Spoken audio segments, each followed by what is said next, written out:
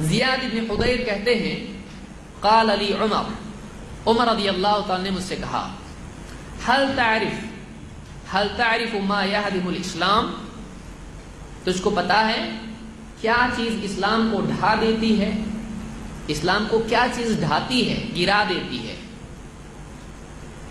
ہدم کر دیتی ہے؟ انہوں نے کہا کہ قلت لا، میں نے کہا مجھ کو نہیں معلوم۔ قال يهدمه ذلة العالم یا ذلت العالم، کہ اسلام کو ڈھاتی ہے عالم کا، اس کی لغزش، اس کی غلطی، اس کا پاؤں پھسل جانا۔ عالم غلطی کرتا ہے، عالم کوئی نبی ہوتا ہے؟ عالم ہوتا ہے، جتنا پڑھا اس اعتبار سے وہ سوچتا ہے کہ سارے عالموں کے مارکس برابر ہوتے ہیں؟ آپ کو معلوم ہے سارے عالموں کے مارکس برابر نہیں ہوتے ہیں۔ کسی کو اگر 100 میں سے 90 مارکس مل گئے، 95 مارکس مل گئے، 95، وہ بھی عالم، اور اگر 40 یا 50 مل گئے تو وہ بھی عالم۔ 50 بھی ملے 100 میں سے تو یہ کتنا فیصد عالم ہے؟ 50 اس نے غلط جوابات دیا، تب بھی وہ کیا ہو رہا ہے؟ عالم۔ اور کسی نے 100 کے 100 صحیح جوابات دے دی، وہ بھی کیا ہو گیا؟ ڈگری تو سب کو مل رہی ہے۔ تو یہ فرق ہے نا علم میں ان کے۔ تو جس نے امتحان میں غلطی کیا، امتحان کے بعد غلطی نہیں کرے گا؟ سوچئے، جس نے امتحان میں جواب دینے میں غلطی کیا ہے، امتحان کے بعد غلطی نہیں کر سکتا ہے؟ کیوں کر سکتا ہے؟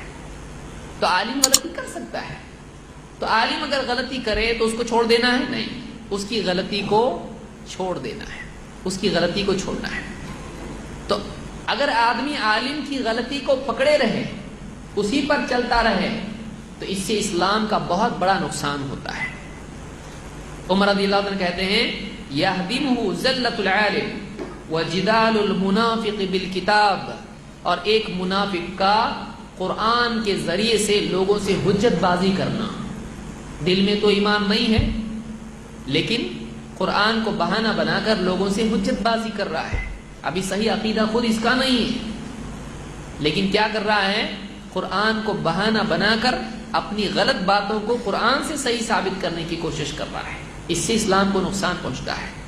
وحکم الائمۃ المضلین، اور گمراہ کرنے والے رہبر اماموں کے فیصلوں سے اسلام ہدم ہو جاتا ہے۔ الائمہ امام، مسلمانوں کے حاکم، قاضی، فیصلے کرنے والے، امام۔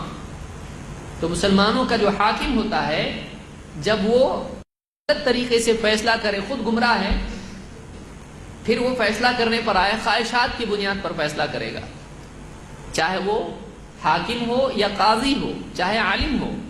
جب وہ خواہشات کی بنیاد پر فیصلہ کرتا ہے تو اس سے امت گمراہ ہو جاتی ہے، اس سے اسلام ہدم ہو جاتا ہے۔ تو 3 باتیں یہاں ذکر کی، ایک عالم کی غلطی، لغزش، 2 منافق کا حجت بازیاں کرنا قرآن کو لے کر اپنی غلط بات کے ڈیفنس میں، اور 3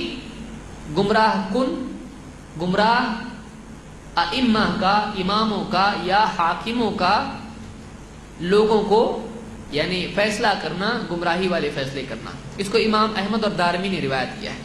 تو ایک بات یاد رکھیں کہ بعض لوگ کہتے ہیں کہ فلاں عالم صاحب نے فتویٰ دیا ہے، وہ اتنے بڑے عالم وہ غلط کیسے ہو سکتے ہیں؟ تو دیکھیے، عالم سے غلطی ہو سکتی ہے، اگر اچھا عالم ہے تو اس سے بھی غلطی ہو سکتی ہے۔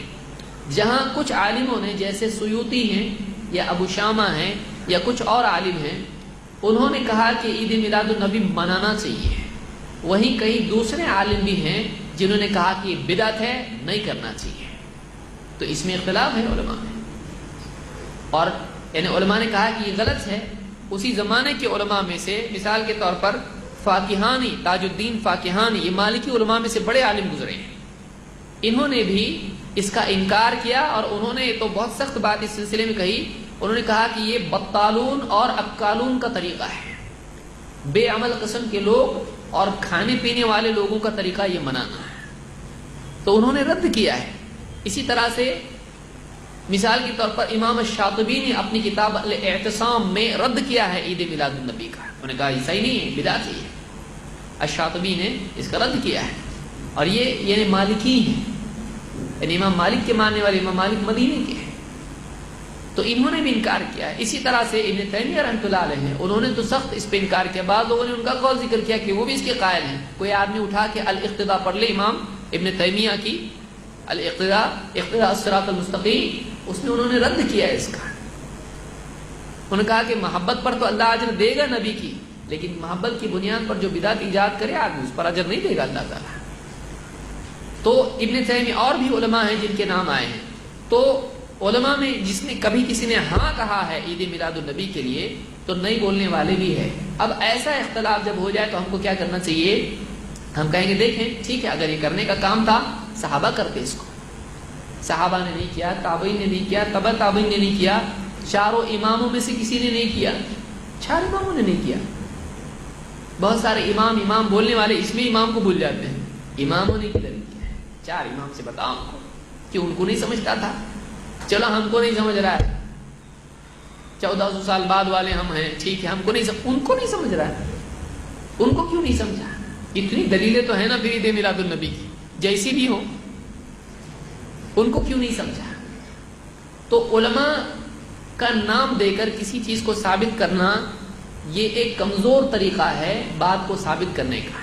ہاں دلیل دینے کے بعد علماء کا تذکرہ تائید میں پیش کیا جا سکتا ہے کہ دیکھیے ہم لوگ ان دلیلوں سے مان رہے ہیں اور اتنے سارے علماء اس کی تائید میں ہیں، تو یہ ہم کہہ سکتے ہیں کہ دیکھیے اتنے بڑے بڑے علماء ہیں جنہوں نے اس کو رد کیا ہے۔ امام شاطبی کی تو مستقل کتاب ہے 2 جلدوں میں، الاعتصام، اس میں پوری کتاب بدعات کے موضوع پر ہے۔